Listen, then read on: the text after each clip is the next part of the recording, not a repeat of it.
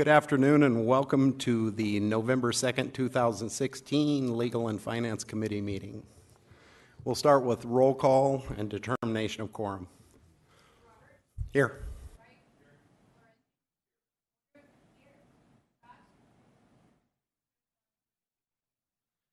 Now for the adoption of agenda. We've got a motion to approve and a second. All in favor? Aye. Motion approved. Now on to general public comment. I don't have any speaker requests in front of me. I don't see anybody in the audience. So we will close that and we will move on to consent items 1 through 17. And I will open public comment. I don't have any, so I will close it. And if we have anybody, Mr. Lorente. Thank you, Chair. I'd like to pull item number 10, please. Anyone else from the dais? So if I can get a motion.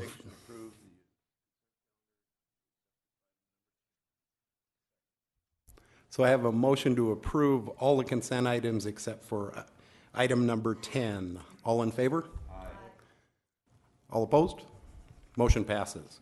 So we'll go to item 10 from Community Resources. Approve resolution number 2016-079, creation of budget analysis position. Mr. Lorente, you have the floor. Thank you, Chair. And I have quite a few questions, I guess, and some concerns, but I'm hoping ultimately that we might continue this to the next Legal and Finance meeting to get more answers and more clarification, especially for the public, not just for us, council, but I know this has been talked about just briefly by the mayor around budget time when we passed the budget in his presentation, but I don't think the public has had their input on this particular position since they'll be carrying the brunt of the cost of another new position to the city. And what I don't see attached is any justification for it, any cost-benefit analysis, anything that says this is why it's a great idea for the taxpayers and for city government to have this. Now, some of us on the council understand the core benefit, but what government is all about is making sure that the people understand, at least those that want to know. And there's nothing out there today, if they went to the city's website and looked at this agenda, that would tell them what this position is all about. Why does it need to be a new position for the city? What's the cost benefit? How's it going to help the taxpayers and the budget that the taxpayers provide for the city government? One of the first questions I have really is, besides some of the things I've just aired, is why this position couldn't be filled under an RFP, a request for proposal.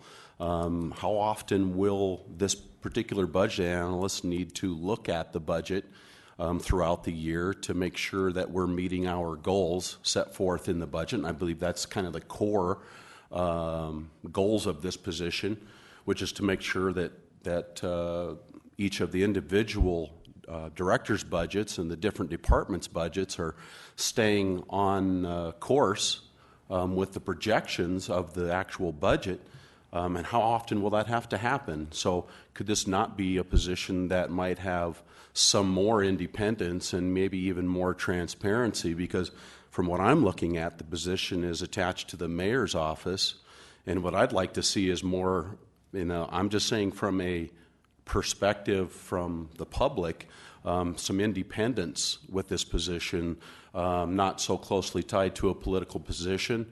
So if it were a private sector budget analyst who was hired to look at the budget, I think that would be probably a better situation, but I'm not sure. And I'm hoping maybe for a motion that we can continue this to the next Legal and Finance meeting, hammer out some of the things that are brought forward. I don't know if some of my colleagues are thinking some of the same things, so I will relinquish the floor. Thank you. Thank you, Councilman Lorente. Councilman Wright, you have the floor.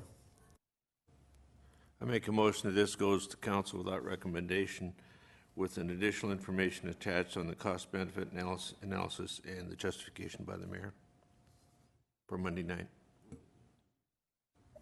Second. And Alderwoman Modrick, you have the floor. Thank you, Chair.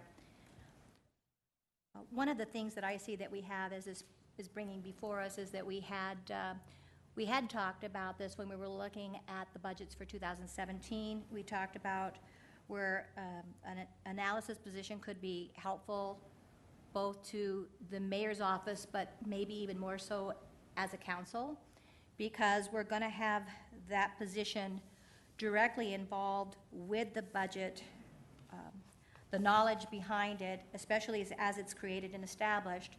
And we've got the new system coming on board, the priority-based budgeting as well. And so I think that that new process also needs to have somebody that is working regularly. And one of the discussions we had as a council here this summer was, we can't have budgets come before us in August and expect to get the job done. We really need to start this at the beginning of the year, and I think the way to do that would have somebody dedicated to analyzing our budgets. I think it's a great opportunity, and we're positioned for this. We have that in the budget. We did process and pass where we were at on the grade on this, on the scale, and so I have no problem with it going into full council. I think it's where it needs to be because it is a position and budget analysis side, but I don't see it as a political. I see it as just another step of improving the system, the way we're doing our budgets. And right now we have, we loaded up on the mayor's department to put it together with the other departments, and it's pretty timely, and it may be a way to curve that time. And instead of getting our process on the August side, we're going to be able to get it a lot sooner, and that's something we've asked for. So I think this fits what we're looking for and what we're asking for, and so I can absolutely go with the motion and take it before City Council and see where that goes, but I know that this is something that I feel confident that it's in a good direction. Thank you, Alderwoman Modrick. Now, in the key is our finance officer. Thank you, Mr. Chair. I don't care if you take it to council without recommendation. I just want to be fair to the mayor if you're requesting information for that night to justify this position, the cost-benefit analysis and all of that, just because he's out of town this week, and that might not be enough time for him to compile all the information that you want. Make a motion I'll amend my motion to have it come back to Legal and Finance at our next meeting.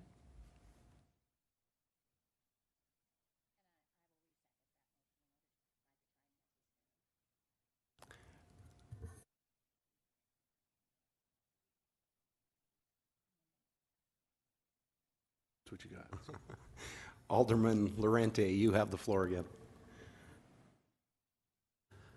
Thank you, Chair. Well, I was glad to see that come full circle. I have a question for Mr. Barbier, if I could, please. Yes.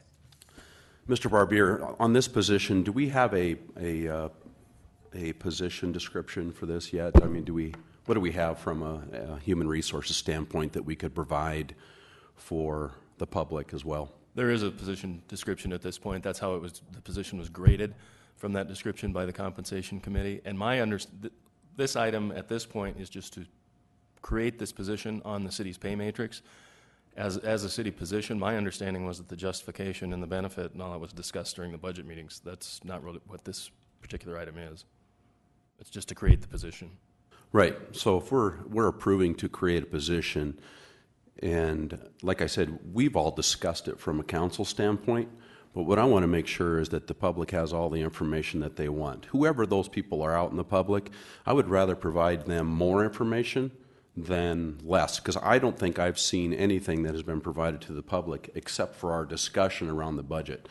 So I would like to see the position description attached to the item.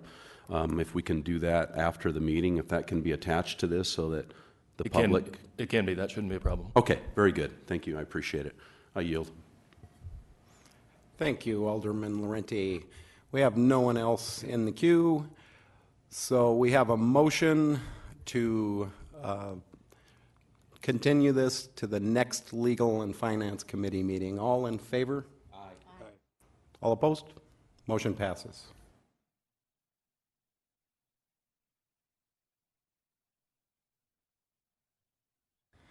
That's the end of the consent calendar. Now on to non-consent items.